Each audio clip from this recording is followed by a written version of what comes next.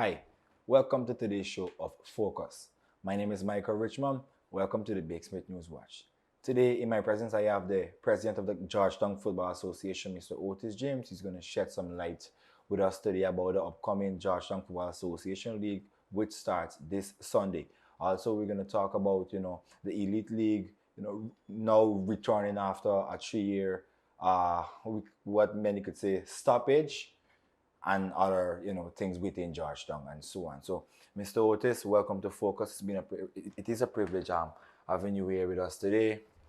We're gonna talk a lot, mainly about our sport that we love, football. How do you plan to engage and involve the local community in supporting and promoting football in Georgetown? Um, Let me answer your first question with the first start before we go into the question. Yeah. I personally, this is my personal view, that this present-led GFF administration Yeah. is setting up the players to fail. Yeah, yeah. Why I will say it? Because within a circle, a player need like 30 games before they Yep. come match ready, Yeah. right? Get back to the Elite League, you bring out the Elite League again, and you play 9 matches. So right away, the players are not match fit, Yeah. right? Secondly, less than a month to go for we to play our first game against Grenada. Yeah. There is no football since whenever to now, Yeah. since November to now. Good. With Kelsey Benjamin's situation, I personally think that it's the same problem we get with Nicholas MacArthur. Yeah. They become below par. And if this guy wasn't overseas, Omari wasn't Glasgow, overseas, yeah. he would have suffered the same consequences. Yeah. So again, this present administration, they're setting up the players to fail. I don't think they have a real plan to develop the young players. Yeah. We had a coach that left, a Brazilian coach by the name of Maximo. Yeah. Did you realize is Maximo create the Omari and The Nicholas Nicholas to MacArthur another level, the and all of them, Kelseys the and these Kelseys, guys. and then yeah. we bring them to yeah. next level? Yeah. Good. In spite we want a new change, a senior national coach, I still think, that's my view on it, that we should have kept Maximo. Yeah. Right? We should have kept Maximo, and because you're very talented in developing young players. Notwithstanding, Jamal is doing his best. Yeah. But again, right, if you wanted to win at international level, I don't think that you can have players who trying and who's match fit, not match fit and not match ready and this kind of thing. As a coach, you try to get your best players. So, so you got to look at what the coach is going through at this time also.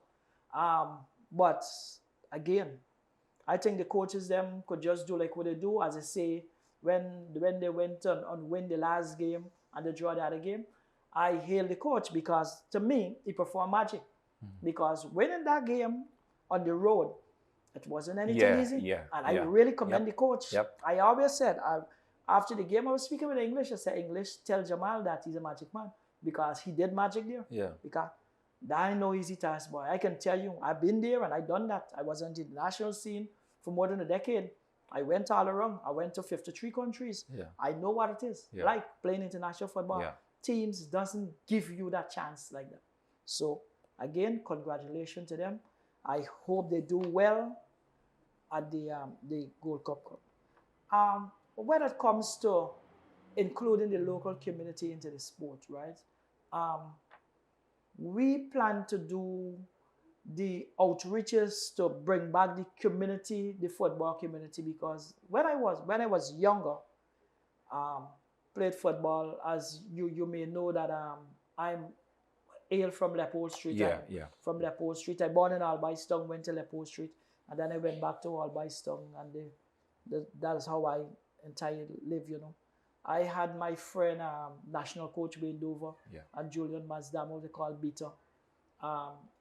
I probably responsible to bringing them into football because when me going to St. John's, Beacon team was just across the road, so it was just a stone throw, so we could have just hopped through Wellington Street and go on. So community involvement, right?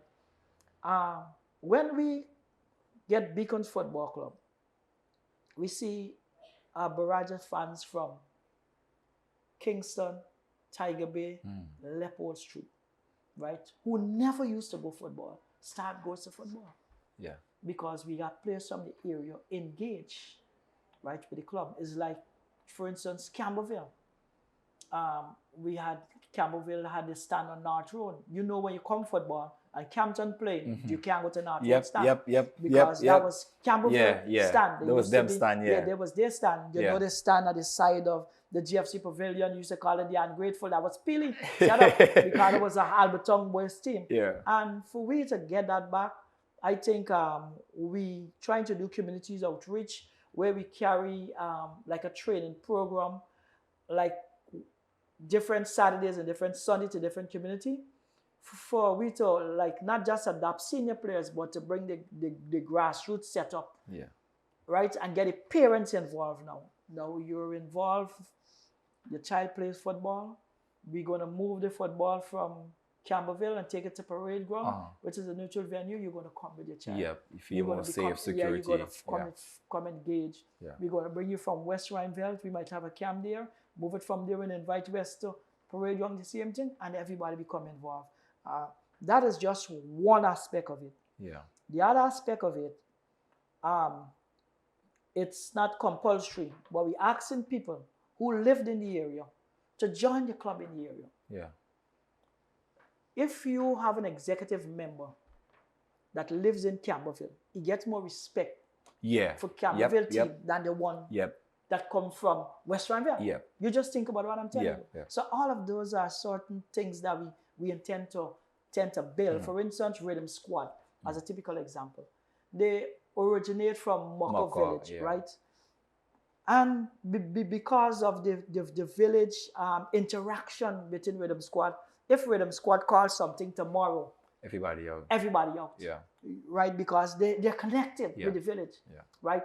90% of the players born and bred in Moko. Even if some of them might be living somewhere else now, but they're born and bred in Moko. The entire executive team, born and bred in Moko. So the respect is there, right? The camaraderie is there, and everything is there. So it's a typical example in how to move forward and get the community back involved with the entire program.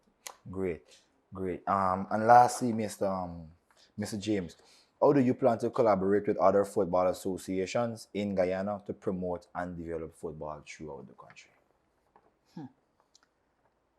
It's a tough task, but it can be done.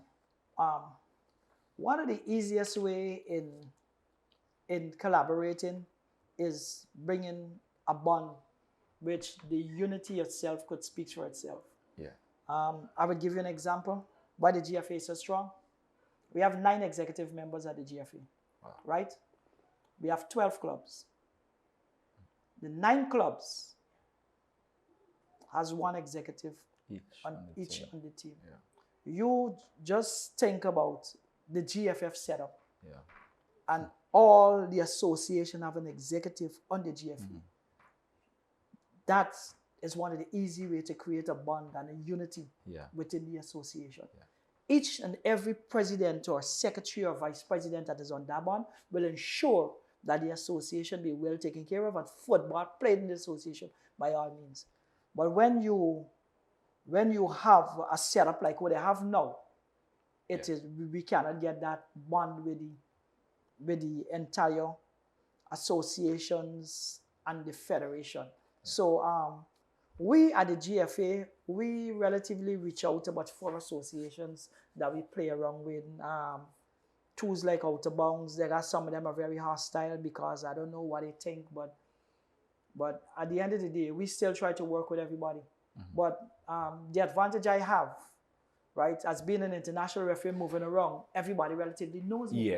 So I don't get a bad face from anybody. Nowhere, You know, everybody knows me. So I can leave and I can go to SC Cribble.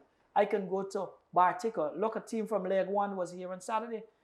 And I had to come and reach with them because the guys asked me, you know, they say, man, we hear about you and son because my father family is original from Leg 1.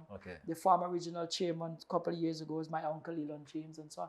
So they asked me, so I came and I meet with them and so on. But just showing you the advantage you have when you're born and bred in the sport and you come up from the ground. So with saying that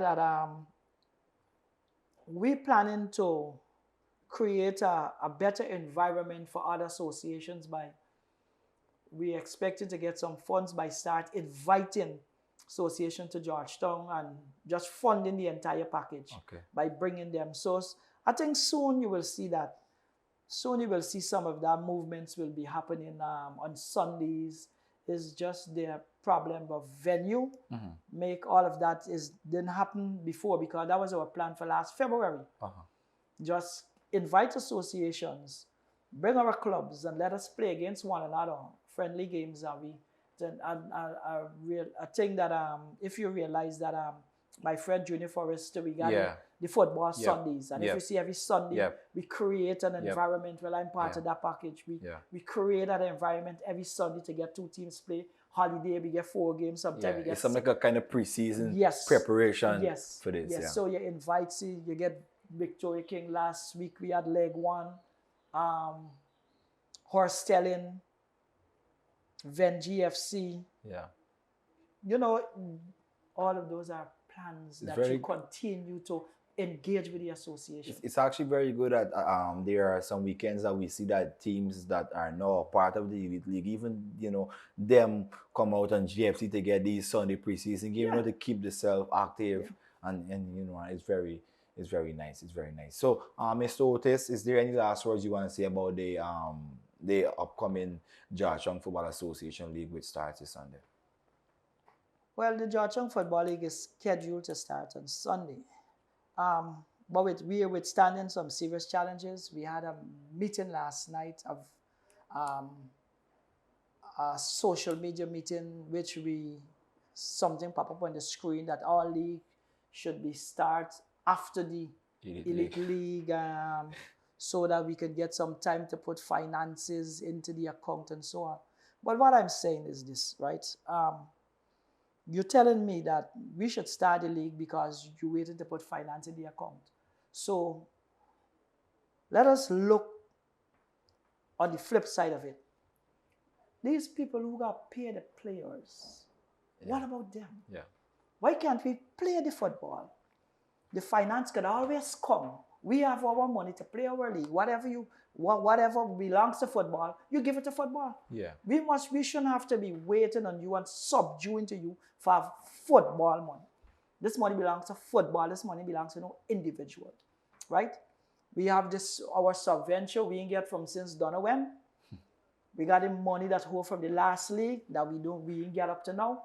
But you're still telling we should wait, right?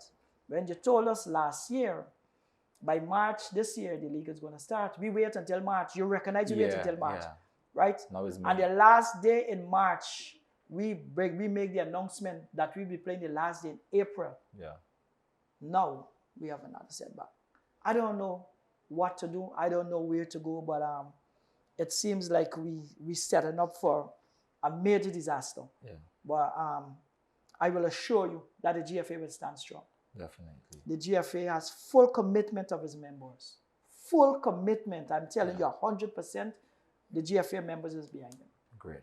So we don't want it to be caught between a rock and a hard place where the clubs would suffer.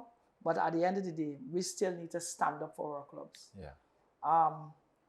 With slingers into the league now, and we trying to maximize our revenues with having at least 4 top clubs. Now we have Slingers, we have Spilly, we have GFC, we have GFC, right? So at least the Georgetown League has 4 showpieces that we could throw out every single weekend. We can have 4 showpieces that we could throw to bring real revenue to the sport, and we could also attract the families of these players. We could do the reward of having fun, or we could just go right ahead and bury the sport. So we need to really determine what we are about at this time and where we need to go, because this league is critical for the development of sport, not just in Georgetown alone, but right across the country. I can safely say that Slingers is the only team that get an opportunity to get in, but I can safely say there is 3 other associations as teams. I could I'm going to throw it out on Facebook sometime tomorrow and show you the messages that I get from those association teams. They want to be part of the GFA. Yeah. Everybody want to be part of something big. Yeah. Right?